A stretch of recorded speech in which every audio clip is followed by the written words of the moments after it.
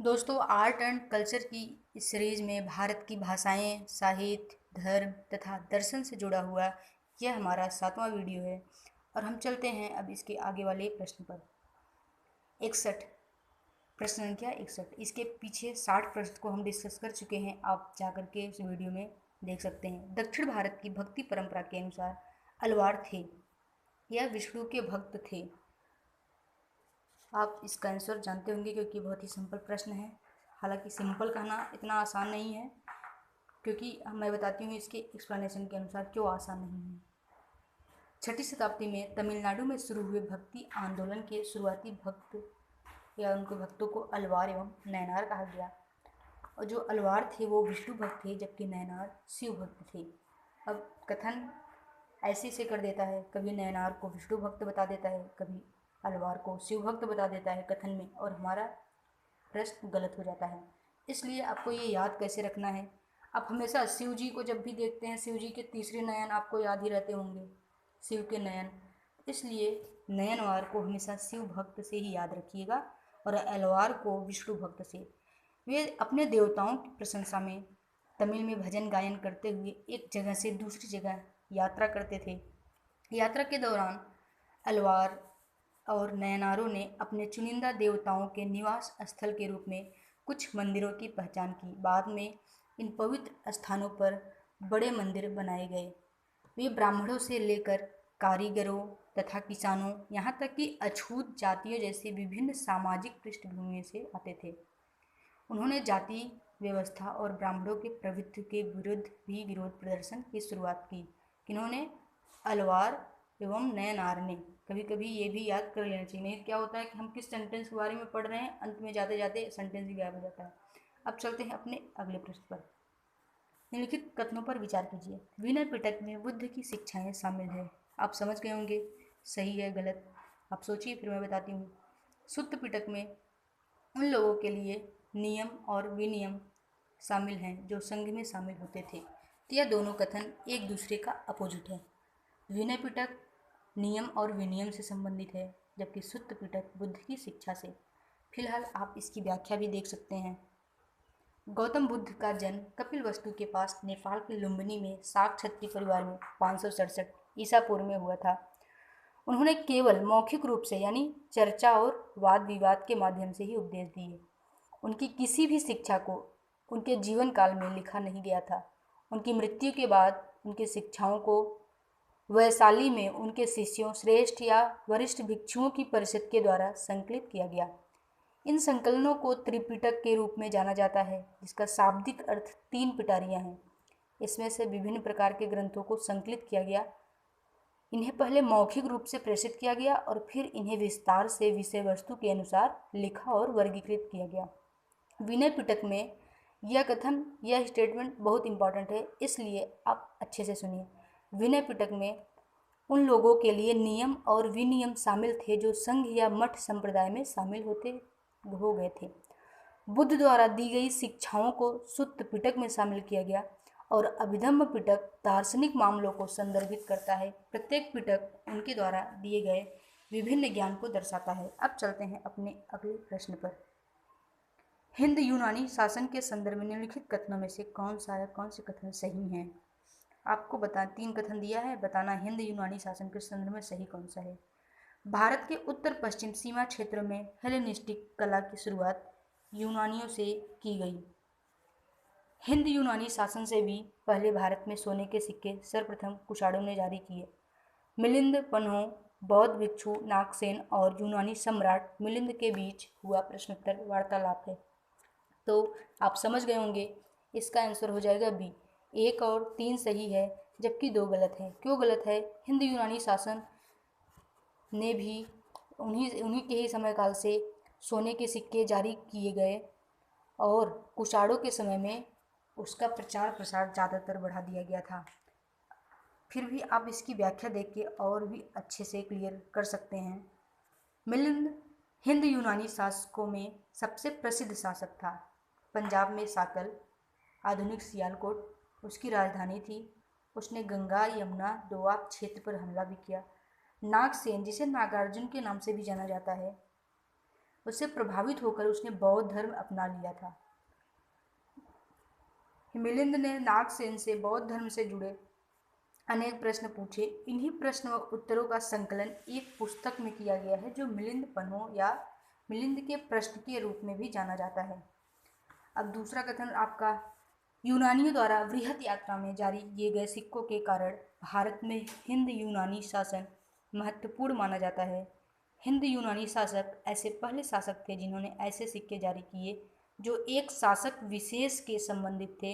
ये भारत में सोने के सिक्के जारी करने वाले पहले शासक भी थे और इन सिक्कों का प्रचलन कुषाणों के शासन के दौरान बढ़ गया था। तीसरे कथन के बारे में थोड़ा बहुत जान लीजिए। यूनानी शासन में भारत के उत्तर पश्चिमी सीमा क्षेत्रों में हेलेनिस्टिक कला की शुरुआत हुई, लेकिन यह पूर्णतया यूनानी कला नहीं थी, बल्कि सिकंदर की मौत के बाद यूनान के जीते गए देशों के संपर्क में आने से विकसित हुई थी। इसका सर्वोत्तम उदाहरण गांधार कला है।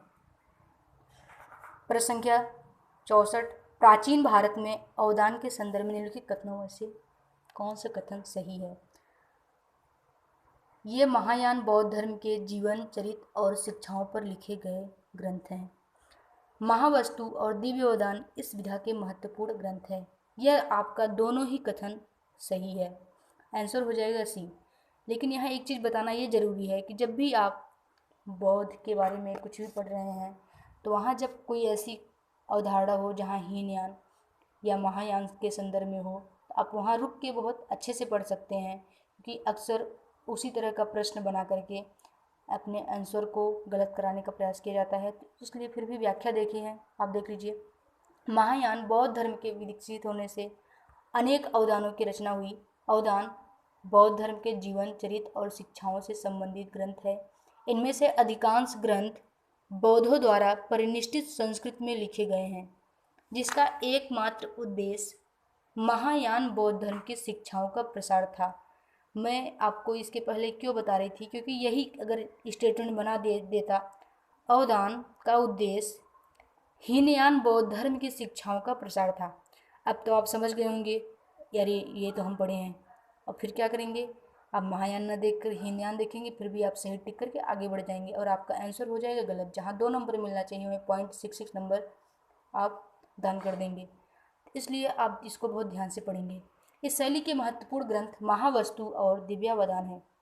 दिव्यावदान में कुल 38 दंत कथाएँ हैं, जिनमें से कुछ महान बौद्ध सम्राट अशोक के बारे में भी हैं।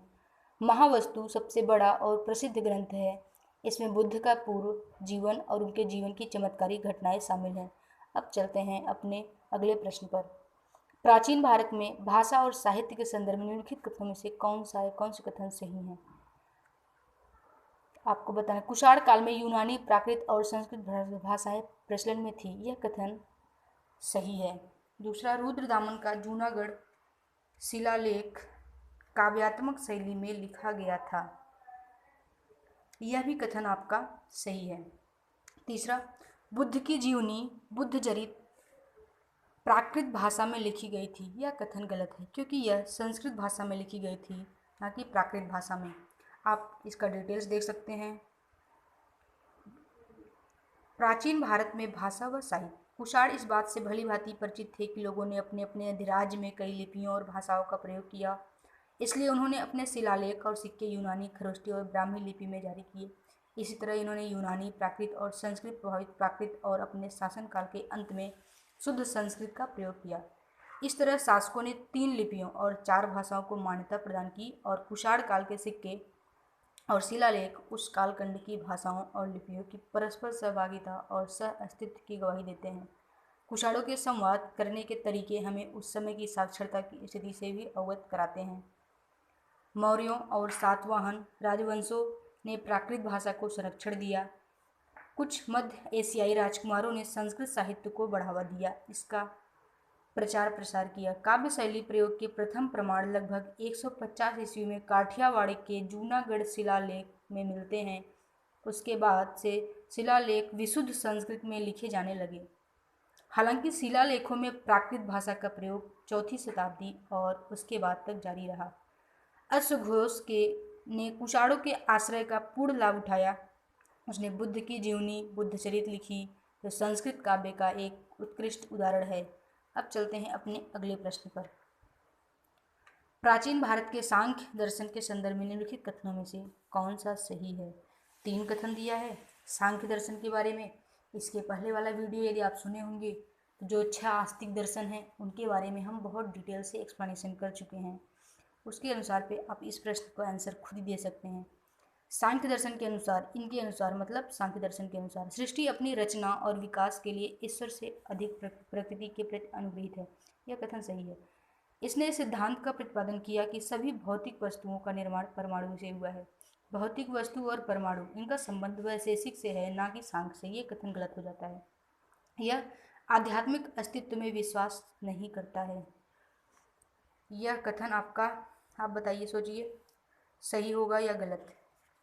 क्योंकि इसके पीछे ना, पीछे वाले जस्ट वीडियो में बहुत अच्छे से एक्सप्लेन किए हैं। ये भी कथन आपका गलत हो जाएगा, क्योंकि अपने अंतिम काल में यह आध्यात्मिक अस्तित्व की तरफ मुड़ चुका था। फिलहाल आप सांख्य दर्शन के बारे में जान सकते हैं। सांख्य दर्शन के प्रणेता कपिल थे। इस दर्शन के अनुसार सांख्य मनुष्य का जीवन किसी दिव्य शक्ति के द्वारा निर्धारित न होकर प्रकृति द्वारा निर्धारित होता है। सृष्टि की रचना और विकास में भी ईश्वर की अपेक्षा प्रकृति का महत्व और योगदान अधिक है। यह एक तर्कसंगत और वैज्ञानिक दृष्टिकोण था। लगभग 4वीं शताब्दी के सांख्य दर्शन में प्रकृति, पुरुष या आत्मा को एक तत्व के रूप में प्रस्तुत किया गया और सृष्टि की उत्पत्ति में दोनों को कारक माना गया। नए मत के अनुसार प्रकृति और आध्यात्मिक तत्व दोनों ने मिलकर सृष्टि का निर्माण किया है। इस प्रकार शुरुआत में सांख्य दर्शन भौतिकवादी था, लेकिन बाद में आध्यात्मिकता की ओर मुड़ने लगा। वैशेषिक संप्रदाय भौतिक तत्वों या द्रव्य पर विमर्श को महत्व देता है। तो ये सेंटेंस आप यहीं से पकड़ सकते थे। आध्यात्मिक अस्तित्व में महत्व देने वाला, पहले ही बता चुके थे कि आध्यात्मिक अस्तित्व अपने लास्ट काल में मुड़ चुका था। फिलहाल देखते हैं, वैशेषिक संप्रदाय भौतिक तत्व या द्रव्य पर विमर्श को महत्व देता है। वैशेषिक संप्रदाय ने परमाणु सिद्धांत का प्रतिपादन किया, जिसका यह मत था कि सभी जीवों की उत्पत्ति परमाणुओं से हुई है। इस प्रकार वैशेषिक से भारत में भौतिकी की शुरुआत हुई, लेकिन ईश्वर और आध्यात्मिकता के कारण वैज्ञानिक दृष्टिकोण कुछ कमजोर हुआ और इस धारणा ने स्वर्ग और मोक्ष दोनों में अपना विश्वास व्यक्त किया। अब चलते हैं अपने अगले प्रश्न पर। गुप्त काल के साहित्य के संदर्भ में निम्नलिखित कथनों में से कौन सा सही है? तो आप देखिए क्या है। अमरकोश पतंजलि द्वारा संकलित संस्कृत का शब्दकोश है। सबसे पहले तो आप यही जान गए होंगे कि यह पतंजलि की रचना नहीं है, क्योंकि अमरकोश अमर सिंह की रचना है। लेकिन ये संस्कृत में है या नहीं है, इसको जानने के लिए आपको एक्सप्लेनेशन पे चलना होगा। फिर भी आपका एक कथन गलत हो गया है। शूद्रक द्वारा रचित मृच्छकटिकम एक प्रेम कथा है। यह कथन आपका पूरी तरह से सही है, पूरी तरह से सही है। तो हम देख लेते हैं इसकी व्याख्या क्या है। गुप्त काल धर्मनिरपेक्ष साहित्य के लिए उल्लेखनीय रहा है, जिनमें अलंकृत राज दरबारी काव्य बड़ी मात्रा में शामिल है। भास संस्कृत के महत्वपूर्ण कवि थे। उन्होंने दरिद्र चारुदत्त, अब दरिद्र चारुदत्त ने किसने लिखा है? भास। ये पीसीएस का क्वेश्चन बन गया। नामक नाटक की रचना की, जिसे बाद में शूद्रक ने मृच्छकटिकम के रूप में लिखा। यह नाटक एक निर्धन ब्राह्मण व्यापारी और सुंदर गणिका की प्रेम कथा है और यह प्राचीन भारत के सर्वोच्च नाटकों में से एक है।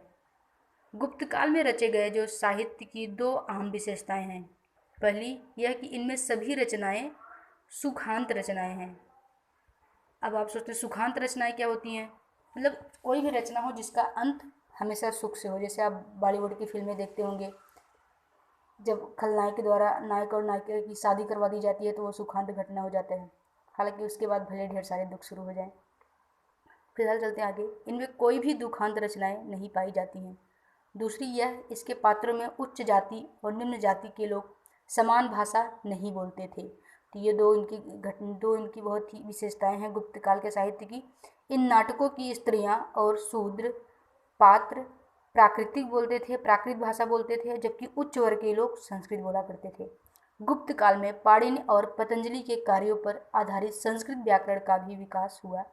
चंद्रगुप्त द्वितीय के दरबार के रत्न अमर सिंह द्वारा रचित अमर कोश का संकलन इस युग के लिए स्मरणीय है।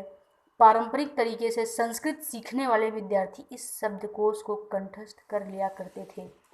तो आप समझ गए होंगे, ये जो सेंटेंस था अमर कोश पतंजलि द्वारा संकलित संस्कृत शब्द का शब्दकोश है। तो ये सेंटेंस तो संकलित संस्कृत का शब्दकोश है तो सही था, जबकि पतंजलि की जगह अमर सिंह। तो अब चलते हैं अपने अगले प्रश्न पर। प्राचीन भारत के संगम साहित्य के संदर्भ में निम्नलिखित कथनों में से कौन सा सही है? संगम तमिल प्रमुखों या राजाओं का एक गढ़ या जनसमूह था। तो देखिए ये कथन तो गलत हो गया। क्यों? क्योंकि संगम ज़्यादा तमिल प्रमुखों या राजाओं का नहीं बल्कि तमिल कवियों का एक समूह था। संगम साहित्य को दो समूहों में विभाजित किया जाता है, वर्णनात्मक ग्रंथ और उपदेशपूर्ण ग्रंथ। तो आप बताइए यह सही होगा या गलत? तब तक हम अगला प्रश्न पढ़ते हैं, कथन पढ़ते हैं। इन ग्रंथों में गांवों के अनुदान तथा सूर्य एवं चंद्र राजवंशों से राजाओं के अवतरित होने का वर्णन है। तो ये कथन दोनों आपका कथन सही है, जबकि एक गलत है। एक हम बता ही चुके हैं, फिर भी आप ये व्याख्या देख लीजिए और इसका आप स्क्रीनशॉट भी लेकर के आप अपने पास रख लीजिएगा। अब हम चलते हैं अपने अगले प्रश्न पर।